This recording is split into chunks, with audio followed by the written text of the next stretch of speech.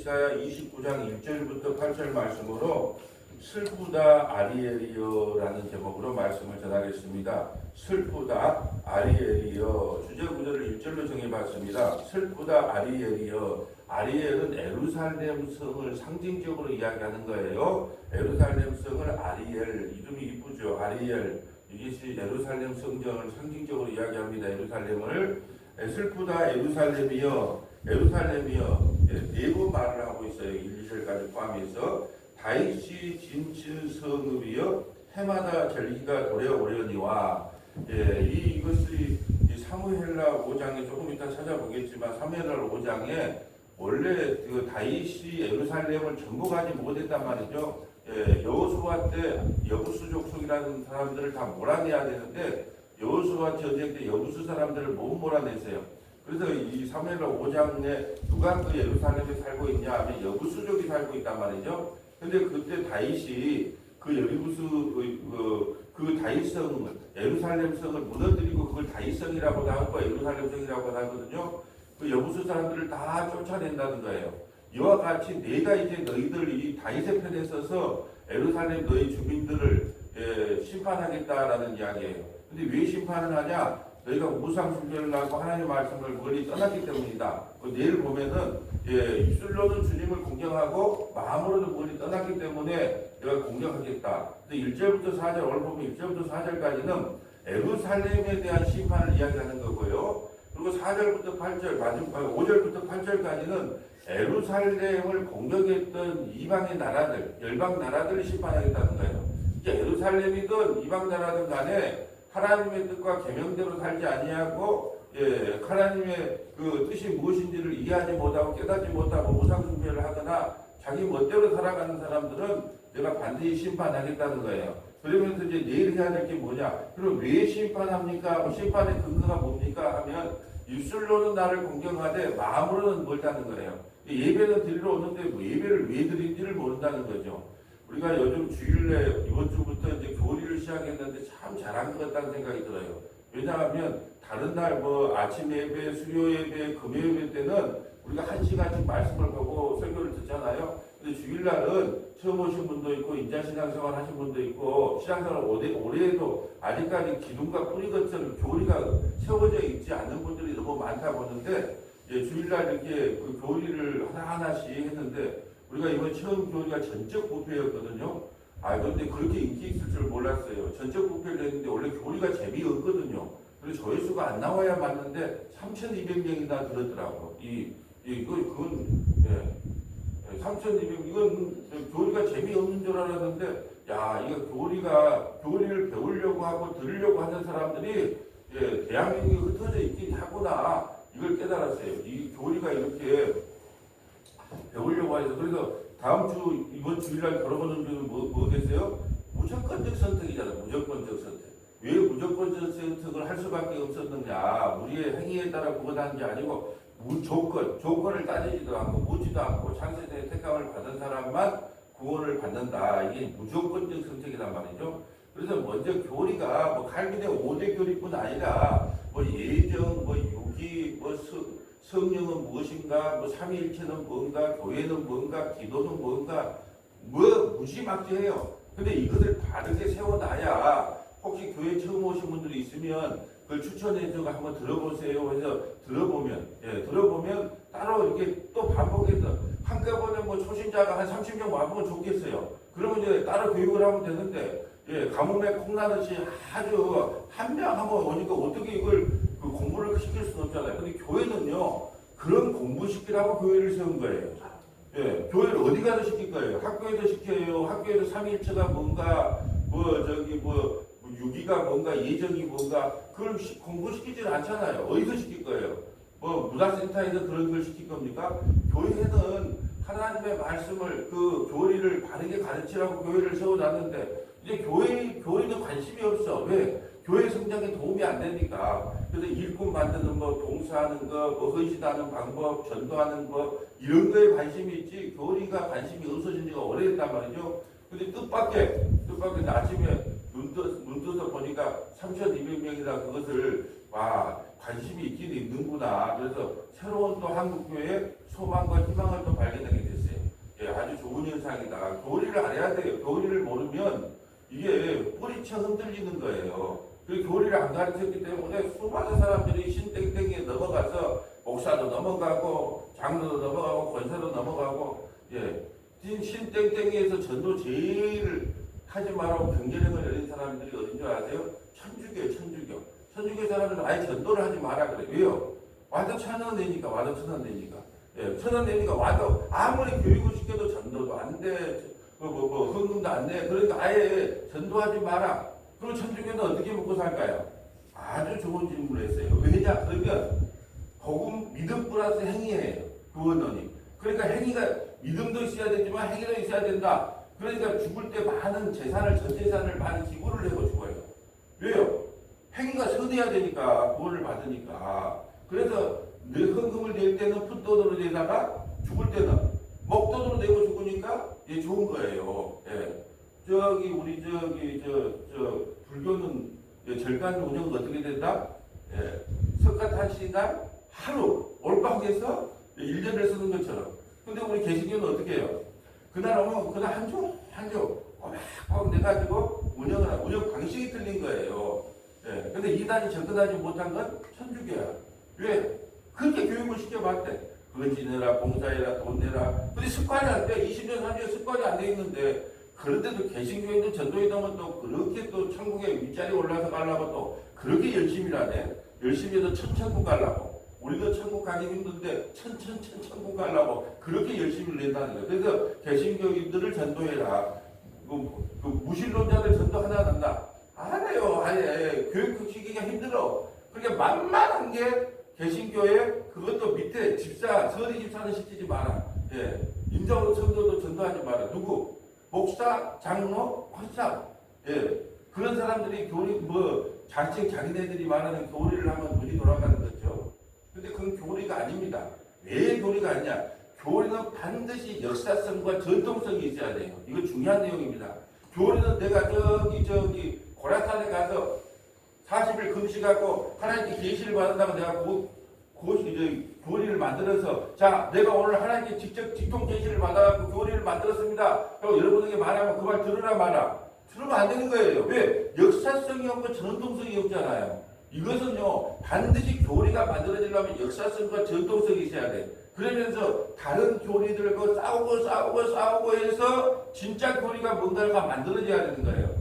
그래서 이단에서 만들어진 교리는 교리가 아닌 이유가 뭐냐? 그건 역사성과 전통성이 없는 거예요. 근데 우리 개신교회 지금 칼빈의 5대 교리라는 교리는요, 지금 알비니안주의로부터 해갖고 500년 전부터 해서 꾸준히 싸워오면서 싸우고 해서 지금 이게 뭐가 다른 교리인가가 해서 만들어진 거란 말이죠. 그것도 혼자 만든 게 아니에요. 수많은 목사님들, 또 그 성경학자들, 또 민족의 지도자들까지 모였단 말이죠.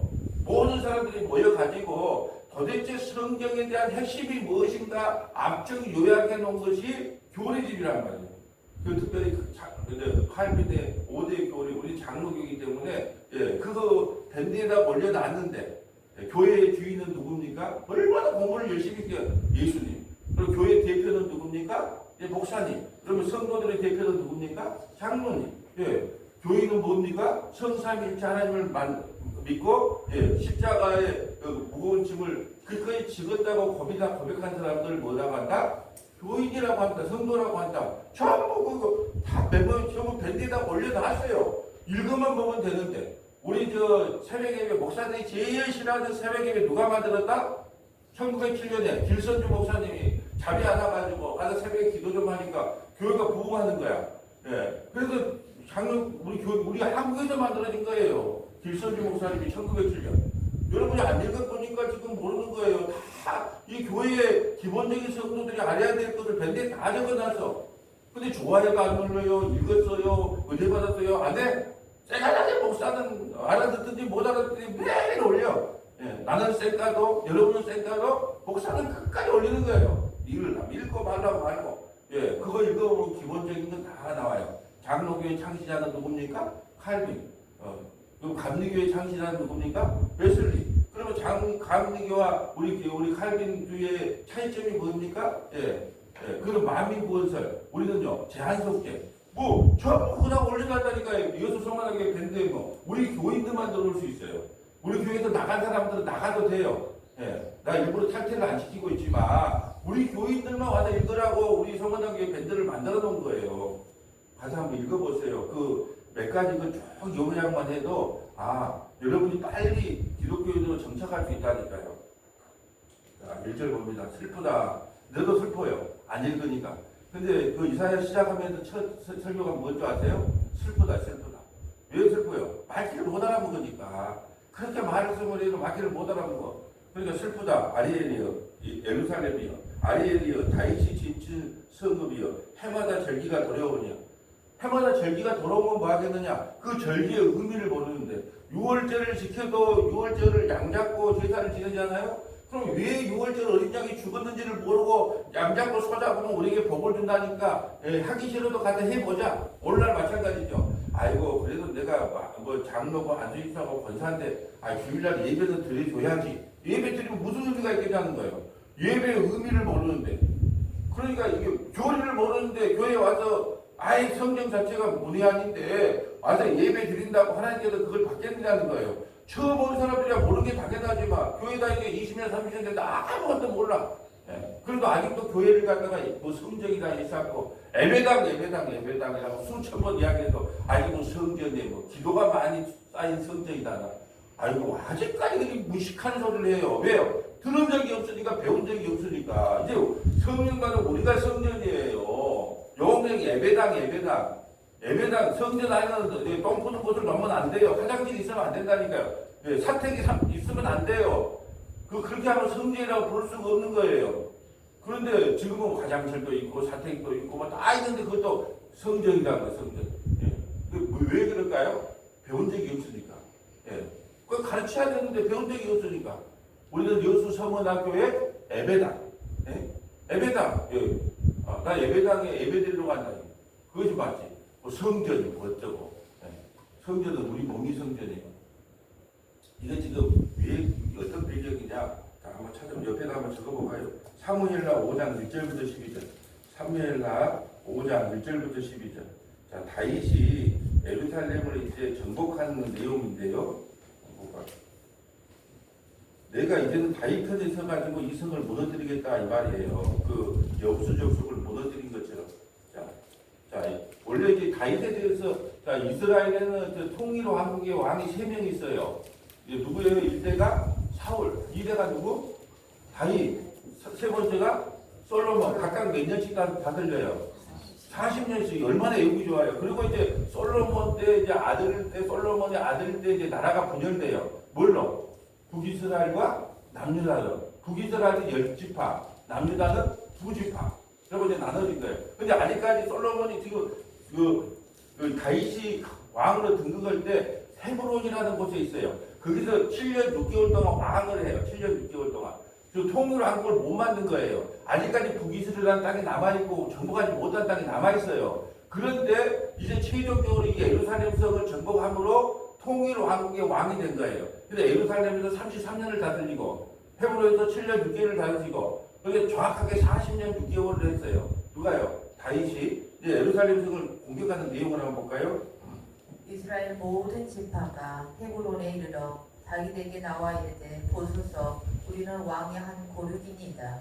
전에 사울이 우리의 왕이 되었을 때에도 이스라엘을 거느려 출입하게 하신 분은 왕이시었고 여호와께서도 왕에게 말씀하시기를 내가 내 백성 이스라엘의 목자가 되며 내가 이스라엘의 주권자가 되리라 하셨나이다 하니라. 이에 이스라엘 모든 장로가 헤브론에 이르러 왕에게 나오매 다윗 왕이 헤브론에서 여호와 앞에 그들과 언약을 맺음에 그들이 다윗에게 기름을 부어 이스라엘 왕으로 삼으니라. 다윗이 나이가 30세에 왕위에 올라 40년 동안 다스렸을 헤브론에서 7년 6개월 동안 유다를 다스렸고 예루살렘에서 33년 동안 온 이스라엘과 유다를 다스렸더라.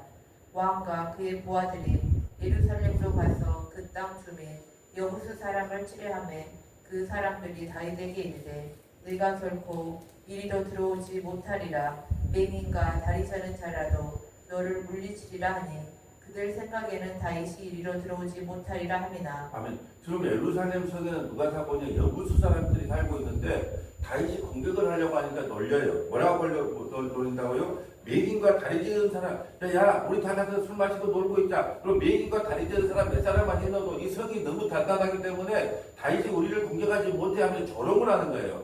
맹인과 다리 찢은 사람 몇 사람만 하나도 충분히 이 성은 지켜. 그러면서 다윗을 조롱하는 거죠. 오늘 본문으로 연결해 볼까요? 예루살렘 성을 심판한다 그러니까 아이고 하나님께서 그래도 성년이 있고 이런 것들을 어떻게 심판한대? 다른 심판 안 해. 그 여부수 사람들과 같은 행위를 누가 하고 있다? 현재 이스라엘 사람들이 그 성에 살면서 그렇게 행위를 하고 있더라. 그걸 지금 그때서 이야기해 주는 거예요. 7절 볼까요? 다윗이 시온 산성을 빼앗았으니 이는 다윗성이더라. 자 보세요. 그러면 예루살렘성, 시온성, 다윗성 같은 말이다 틀린 말이다. 네? 다 같은 말. 그게 성경에도 왜 같은 말을 해야 돼요? 그럼 시온성은 어디고 다윗성은 어디고 예루살렘성은 어디가 헷갈리잖아요. 그러니까 같은 계절. 우리가 언약계 하나를 공부해도 언약계, 시은자, 법계, 생각이 안 나네. 하여튼 그 언약계만 생각해도 한 다섯 가지 그 호칭이 있어요. 호칭이. 우리가 하나님도 호칭이 다르잖아요. 하나님이라는 호칭이 있고 여호와라고 하는 호칭이 있고 뭐 엘로힘도 있고 뭐 여호와 살롬도 있고 전부 다 하나님이지만 호칭이 다른 것처럼 근데 따지고 보면 다 하나님이란 말이죠. 근데 이제 역할이 조금씩 일하시는 역할을 조금씩 다르게 할 때 그 다른 하나님의 이름을 불러주는 거죠. 그러니까 오늘도 보세요. 시온성, 다윗성, 예루살렘성 다 같은 말이에요. 이게 누가 정복했다? 다윗이 정복했다. 다윗이. 8절. 그날에 다윗이 이르기를 누구든지 여우수 사람을 치거든 물 딛는 데로 올라가서 다윗의 마음에 미워하는 다리 저는 사람과 맹인을 치라 하였으므로 속담이 되어 이르기를 맹인과 다리 저는 사람은 집에 들어오지 못하리라 하더라. 다윗이 그 산성에 살면서 다윗성이라 이름하고 다윗이 말로에서부터 안으로 성을 둘러쌌으니라. 만군의 하나님 여호와께서 함께 계시니 다윗이 점점 강성하여 가니라. 아멘. 하나님과 함께하니까 다윗이 점점 강성해져요. 그리고 전국을 통일시킵니다. 다윗 때 전부 다 그게 솔로몬은 아버지를 잘 만난 거예요. 아버지가 솔로몬 성전지라고 모든 기구를 다 갖다고 다윗이 성전을 건축하려고 그러는데 하나님 너는 전쟁에 피를 너무 많이 흘렸으니까 짓지 말아라. 너가 아들 때 지어라. 그래서 다윗 성전이라고 해야 되는데 다윗 성전이라고 안 하고 솔로몬 성전이라고 그러잖아요. 아버지 혜택을 많이 받은 거죠. 부귀영화를 많이 누렸어요. 아버지 덕분에. 그리고 40년 동안 나라를 다스렸는데 이놈은 1000명의 아내를 많이 두지 마라 그랬는데 아내를 많이 뒀단 말이죠. 그래서 아내를 많이 두니까 어디에요? 하룻밤에 들어가려고 하면 1000일이 걸려. 그러니까 이제 부인들이 불만을 많이 가질 거 아니에요. 그다음에 외간 남자하고 또 이게 정을 통하지도 못해. 바로 죽음을 당하니까.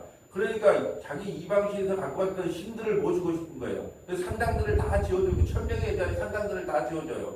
그러니까 여기는 남매의 호랑이고 여기는 뭐 천부교 여기는 무슨 교 전부 다 지어주는 거예요. 그러니까 완전히 나라를 우상불로 만들어놨어요.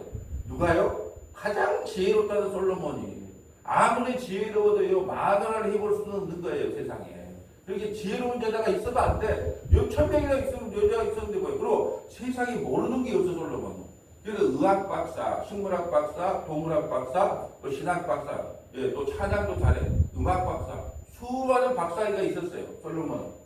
근데 우리는 잘못 알고 있어요. 아들에게 우리 하나님 솔로몬의 지혜를 주세요. 그 말은 우리 아들이 우상을 숭배를 가득하게 해주세요. 이게 좋은 점만 보는 거예요. 솔로몬이 마지막 죽을 때 전도서에서 뭐라 그랬어요? 헛되고 헛되는 헤아리세요. 모든 것이 헛되다. 우리의 소원은 그거 아닙니까? 헛되도 좋으니까 좀 한번 제대로 한번 살아보고 나서 죽을 때 헛되다고 한번 해봤으면 좋겠다. 근데 솔로몬을 대표로 한 거예요. 만화라도 많이 얻어보고 부귀영화도 누려보고 똑똑하게도 만들어줬는데 죽을 때 나처럼 해봐라. 이렇게가 아니라 내가 다 누려봤는데 너에게 결론적으로 이야기해줄게. 헛되고 헛되는 헤아려 대한 모든 것이 다 헛되다. 그리고 전도서 12장에서 헛되지 않은 게 뭘까요? 십자가의 렌즈로 풀어서 설명해주면 예수 믿는 거 하나 붙잡고 천국 가더라. 이거예요. 예수 믿는 거 하나 남더라. 나 아무리 부귀영화 누려도 아무 소용이 없더라. 아무리 명예가 높아지고 뭐 식물학 박사, 동물학 박사 해가지고 그렇게 하고 이쁜 여자들 다 데리고 살아봐도 다 소용이 없더라. 마지막에 예수 하나 믿고 예수님 하나 의지하고 천국 가는 거 그거 하나 내 인생에 남더라. 근데 아직도 우리는요 그 부귀영화를 못 보더라고요. 예, 솔로몬이 헛되다고 한 것을 교회 와서 달라고 그래요. 안 지면 헛된 거. 예, 이것도 잘 되게 하고요. 저것도 잘 되게 하고요. 솔로몬은 헛되다. 옆에 자꾸 헛되다 하는 게 아니요. 헛되다 좋으니까 주세요. 헛되다 좋으니까 주세요.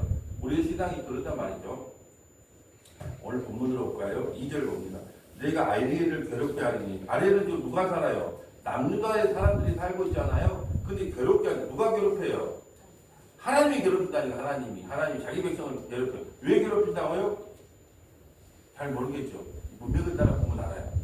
다음 내일 봐야 될 것은 뭐냐? 이 백성이 입술로는 나를 공경하고 마음으로 멀기 때문에 심판을 하지만 오늘은 자세히 보면 자 내가 아리엘을 괴롭게 하리니 그가 슬퍼하고 애곡하며 내게 아리엘과 같이 되리라. 내가 너를 사면으로 둘러 진을 치며 너를 내어 대를 쌓아 너를 치리니 하나님께서 예루살렘을 치겠다는 거예요. 왜요?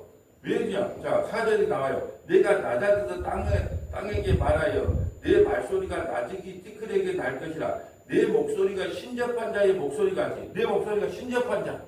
우상을 숨겼다는 거예요. 다른 말로 할까요? 아수르를 의지하고 바벨론을 의지하고 애국을 의지했단 말이에요. 하나님을 의지하지 않는 게 신접한 자예요. 우리가 예수 믿으면서 무당 찾아가잖아요. 예수 믿는다고 말해도 무당집에 예수 믿는 사람이 많이 간대. 그 사람이 개종을 하고 집사가 됐는데 자기 무당이었는데 예수 믿는 사람들이 뭐 태반으로 온다는 거야. 예. 예수도 믿고 뭐도 하고 무당에 가서 점도 보고. 예. 그 심판의 근거가 그거라는 거예요. 신접한 자의 목소리같이 땅에서 나며 내 말소리가 티끌에서 짓거리는. 그러니까 그런 모든 것들이 행위가 짓거리는 행위란 말이에요. 예. 그러니까는 예수 그리스도 외에 나머지 말은 다 짓거리는 말이에요. 왜? 없어질 거잖아요. 야, 그 권사님 예수 잘 믿고 부자 됐어. 그 짓거리는 소리예요. 왜요? 없어질 거잖아요. 없어요. 아, 그 자식 잘 됐어. 아, 짓거리는 말이라니까요. 이 세상에서 썩어지고 없어질 말은 짓거리는 말이에요. 짓거리는 말.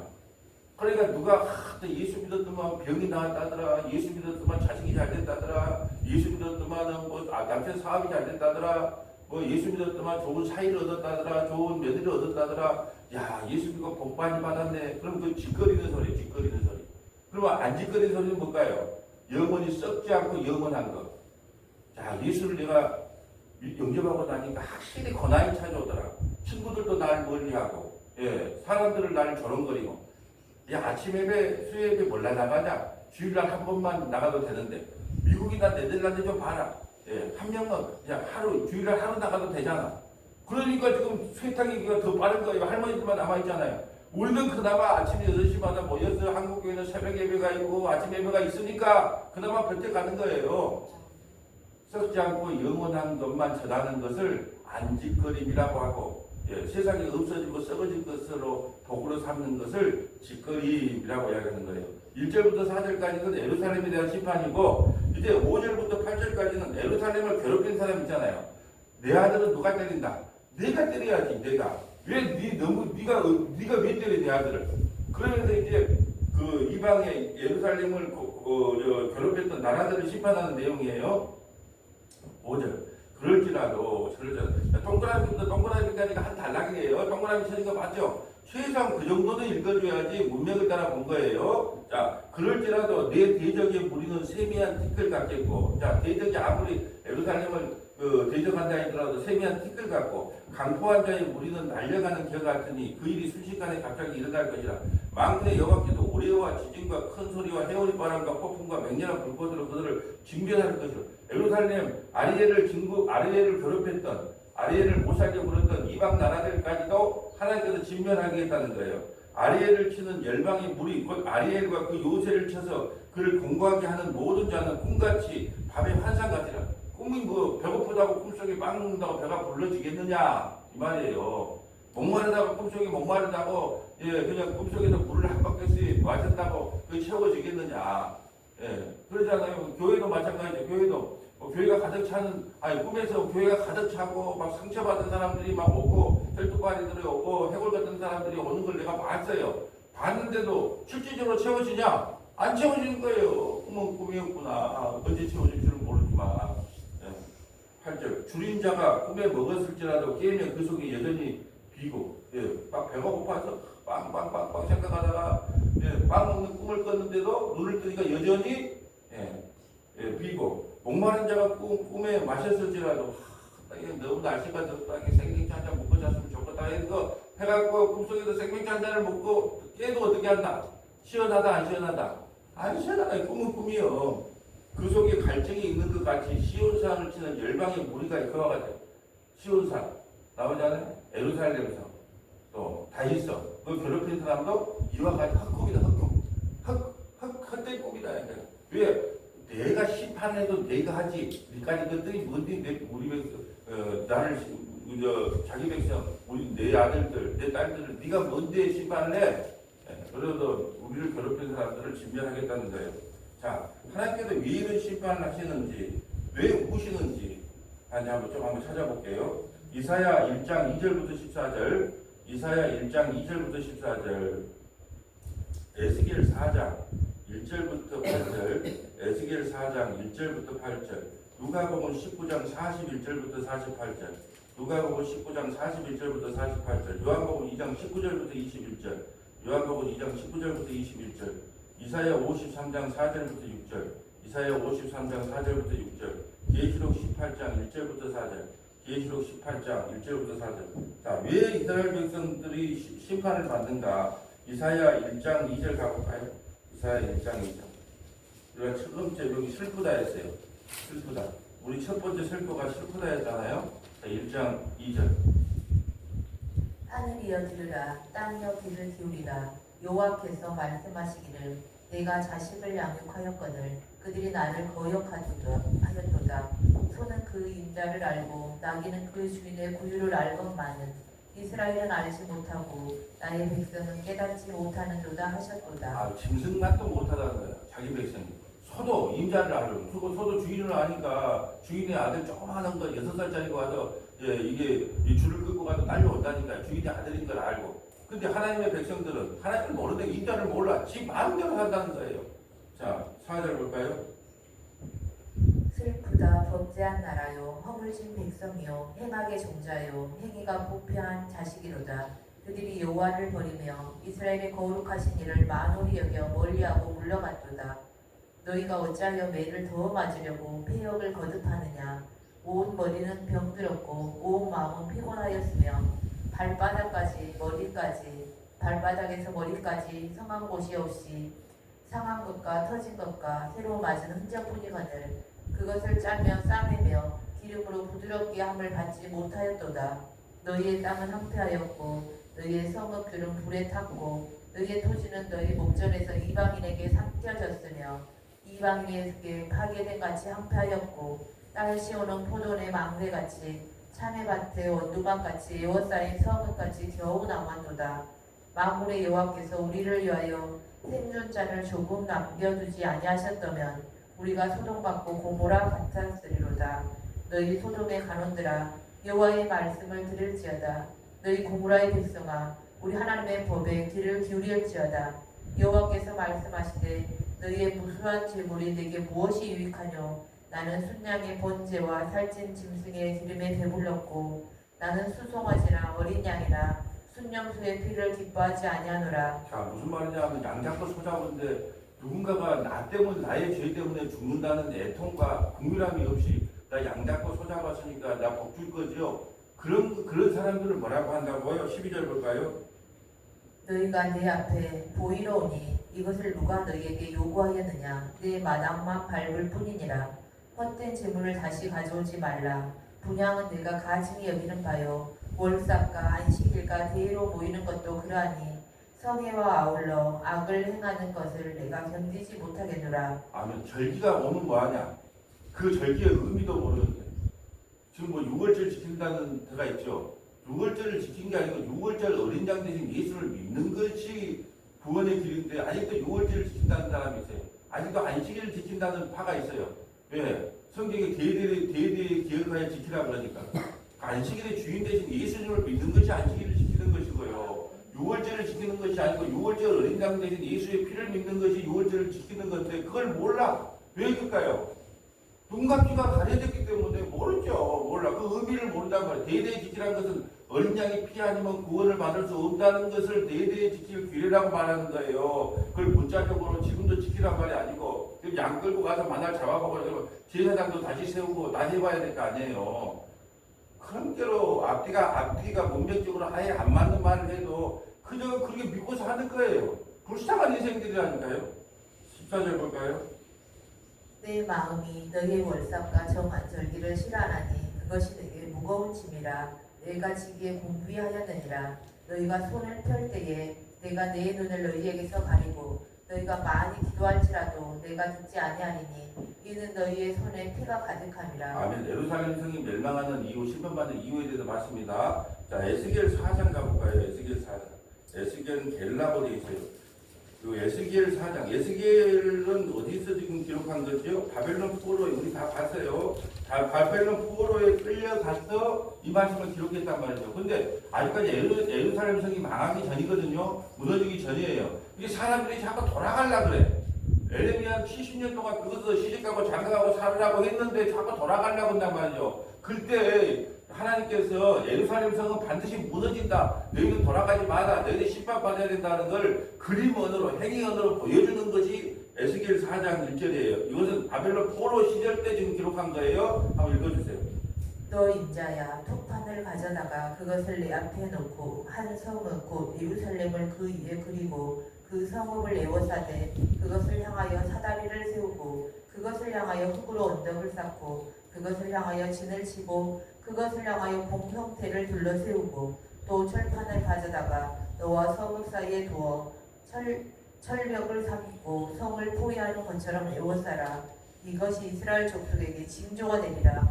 너는 또 왼쪽으로 누워 이스라엘 족속의 제약을 짊어지되 네가 눕는 날수대로 그 제약을 담당할지니라. 자, 왜 5절까지 읽고 설명합시다. 5절요. 내가 그들의 범죄한 횟수대로 내게 날수를 정하였나니 곧 390일이니라. 너는 이렇게 이스라엘 족속의 제약을 담당하고 왼쪽으로 누워서 390일을 자야 돼. 에스겔 390일. 이게 390일 하루를 1년으로 잡은 거예요. 390년을 표시하는 거예요. 근데 왜 왼쪽으로 누워 자야 되냐? 다윗부터 에스겔 시대까지의 횟수가 390년이야. 에스겔 다윗부터 에스겔까지가 39년. 그러니까 그 모든 죄악을 다 누가 담당한다? 에스겔이 지금 담당한다는 거예요. 또 뭐예요? 또 6절에 보면 그 수가 차거든 너는 오른쪽으로 누워 유다 족속의 죄를 담당하라. 내가 내게 40일을 정하여 하루가 1년이 되게 또 40일 동안 이제 오른쪽으로 누워져야 돼. 그것은 뭐예요? 바벨론 포로에서 돌아와서 그 주님 오시는 그날까지의 기간을 40년으로 보고 있는 거예요. 40년. 정확하지도 않지만 바벨론 포로로 들어와서 주님 오시는 그날까지 40년. 그날까지 그 모든 죄악을 누구에게 담당시킨 거예요? 에스겔에게 담당시키는 거예요. 그럼 에스겔은 누구를 모형하고 있어요? 예수님이라는 거예요. 자기 백성의 모든 죄악을 누구에게 담당한다? 예수께 담당시킨 것처럼 지금 다윗부터 에스겔까지의 모든 죄악을 에스겔이 왼쪽으로 누워서 390 동안 왼쪽으로만 누워자는 보통 아니에요. 390일 동안 그렇게 누워 잘해요. 그리고 또 이제 그게 끝나면 오른쪽으로 누워서 40일간 그렇게 잘합니다. 그래서 390년에다가 40년을 그 모든 것이 주님이 오시기, 다윗부터 주님 오시기까지의 기간을 보고 있는 거예요. 자, 7절 한번 읽어주세요.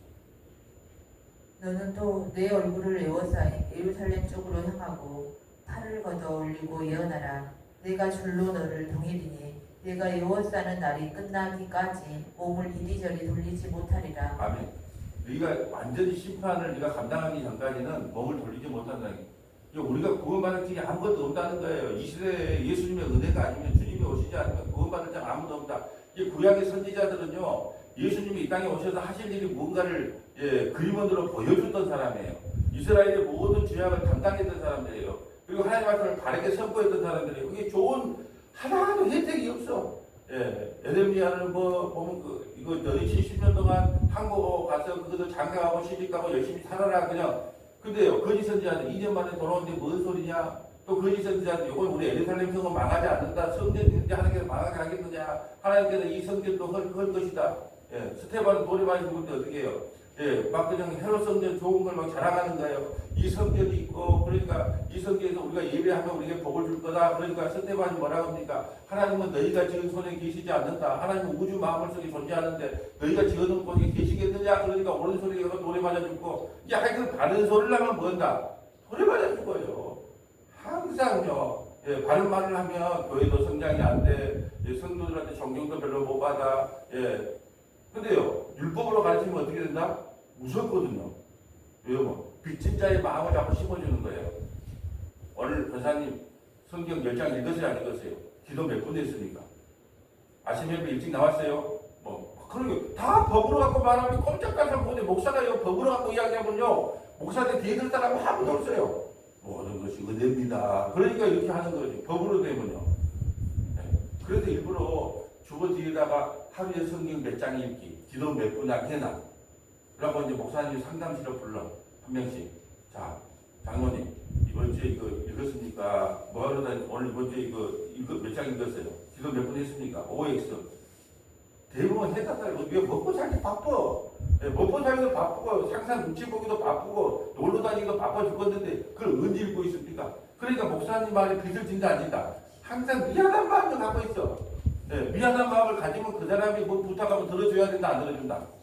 세상이 그래요. 근데 음식을 한 번 얻어먹으면 두 번 얻어먹었어. 세 번째 얻어먹으려고 마음이 찝찝한 거야. 왜? 한 번 얻어먹으면 또 한 번 사야 되니까 복잡해. 이제 아예 안 먹어. 나는 그냥 아예 안 얻어먹었다 그냥. 왜? 어차피 두 번 사면 돈이 없어도 한 번은 사야 되니까. 예. 자, 누가복음 19장 가볼까요? 누가복음 19장 41절. 주님께서는요 이걸 보고 우셨어요. 예. 누가복음 19장. 예루살렘이 무너진 것을 보고 우셨어요. 우셔 주님은.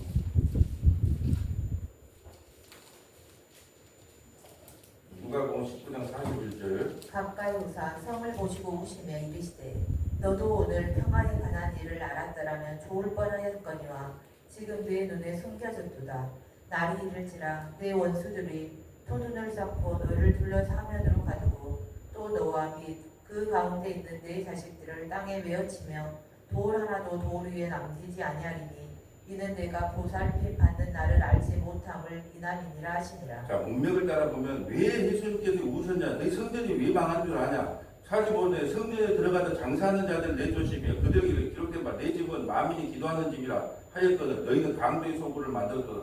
이 예배당에 와서 예수님의 이름을 자랑해야 되는데 강도의 소굴을 만들었다는 것은 세상에 부귀영화를 주는 비법을 가르쳤다는 거예요. 기도 응답받는 비결.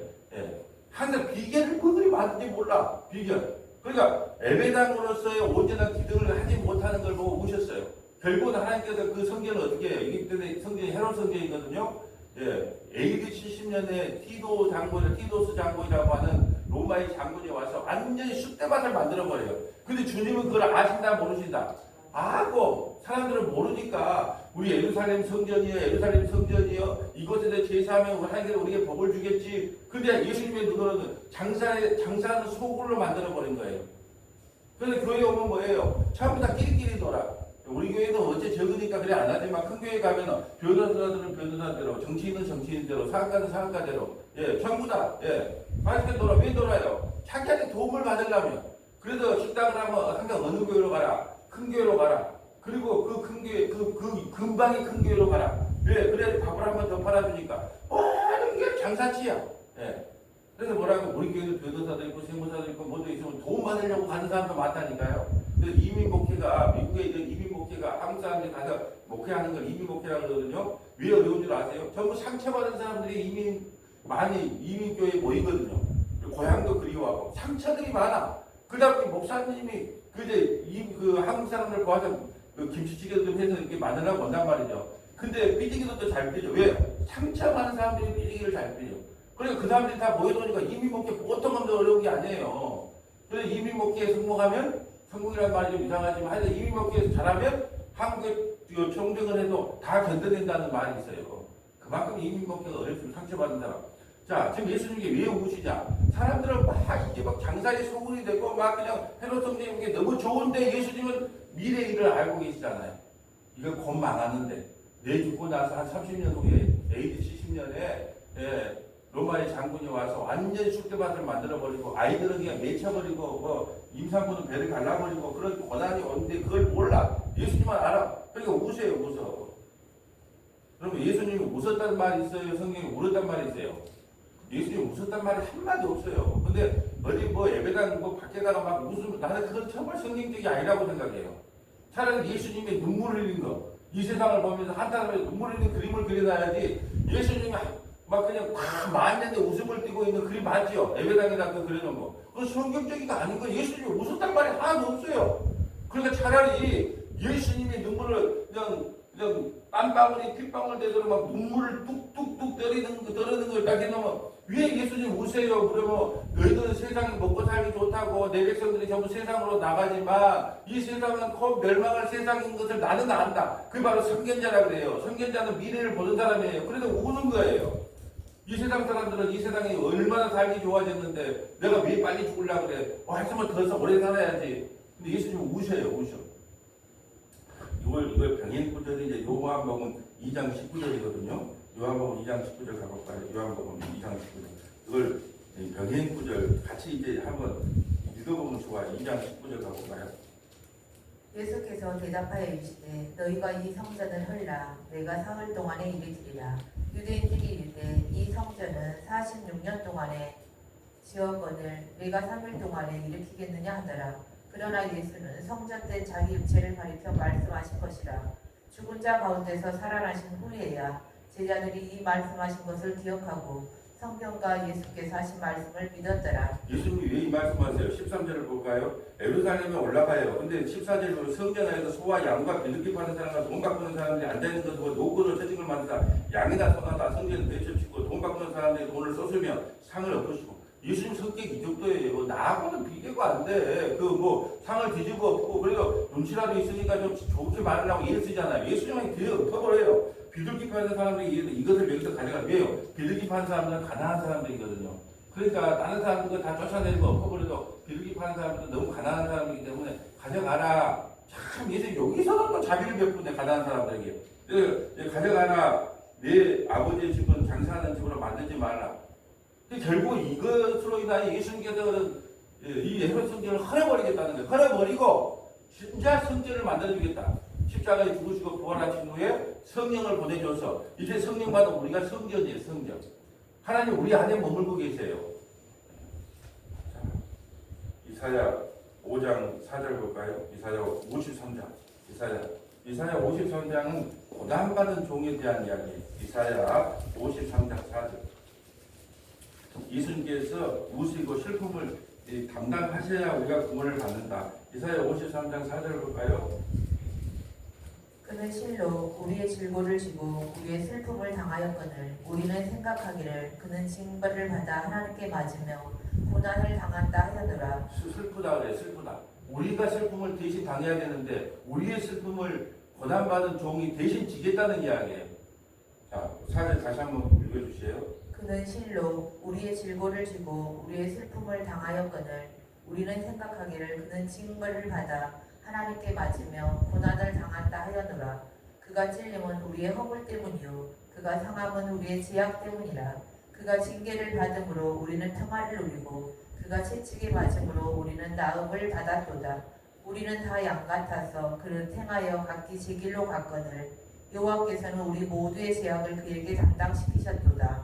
그가 곤욕을 당하여 괴로울 때에도 그의 입을 열지 아니하였으며 마치 도수장으로 끌려가는 어린 양과 털 깎는 자 앞에서 잠잠한 양같이 그의 입을 열지 아니하였도다. 그는 곤욕과 신문을 당하고 끌려갔으나 그 세대 중에 누가 생각하기를 그가 살아있는 자들의 땅에서 끊어지면 마땅히 형벌받을 내 백성의 허물 때문이라 하였으리라. 내 백성이 허물 때문이라. 누가 예수님의 고난을 보고 내 백성이 잘못했어, 내 백성이 범죄했어, 예수님이 대신 죽는구나 깨달을 자가 누가 있겠냐는 거예요. 그래서 성경이 임해야 예수님께서 슬프다 내 고백을 예수님께서 대신 짊어지고 십자가에서 죽으셨구나. 그걸 깨닫는 사람은 예배 드린다 안 드린다? 드리죠. 나가 만날 아침마다 저녁마다 슬프다 내 입에 탄식밖에 안 나올 것인데 그 모든 슬픔과 탄식을 우리 주님께서 십자가에서 그 모든 허물과 죄를 용서해 주셨는데 어떻게 찬양하지 않으려 할 수가 있겠냐는 거죠. 그래서 우리는 이 세상을 바라볼 때 어떻게 바라봐야 되냐? 계시록 18장 1절부터 4절 볼까요?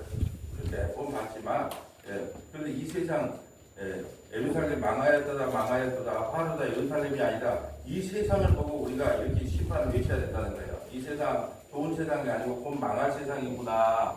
자 18장 1절. 이 후에 다른 천사가 하늘에서 내려오는 것을 보니 큰 권세를 가졌는데 그의 영광으로 땅이 하나여지더라.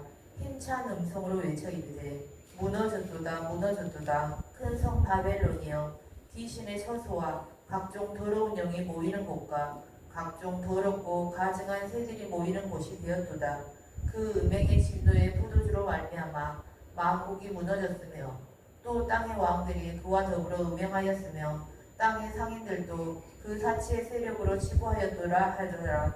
또 내가 들으니 하늘로부터 다른 음성이 나서 이르되 내 백성아 거기서 나와 그의 지혜에 참여하지 말고 그가 받을 재앙들을 받지 말라. 아멘. 자 슬프다 아리엘이여 슬프다 예루살렘이여 슬프다 바벨론이여 우리가 이 세상에서 영원히 뿌리 내리고 살 것이 아니다. 하늘의 음성을 들어야 돼. 화로다 난 망하게 되었다. 그러면서 예수님 품 안으로 도망가는 거 숨는 거 그것만이 구원이란 거예요. 이 세상이 뭐 살기 좋아진다고요?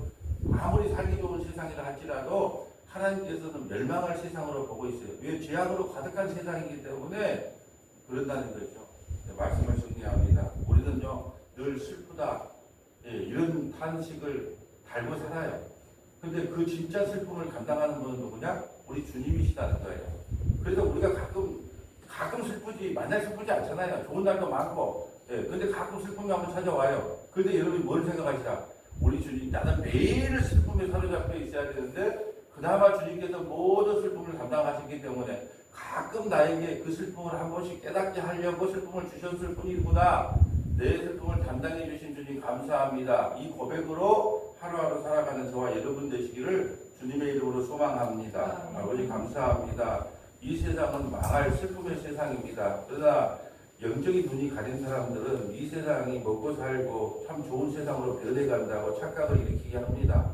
그러나 영의 눈으로 보면 이 바벨론과 같은 세상은 곧 멸망함으로 주님 품, 예수님 품 안으로 숨어 들어가는 믿음의 권속들이 다 될 수 있도록 인도하여 주시옵소서. 우리 구주 예수님 이름으로 기도합니다. 아멘.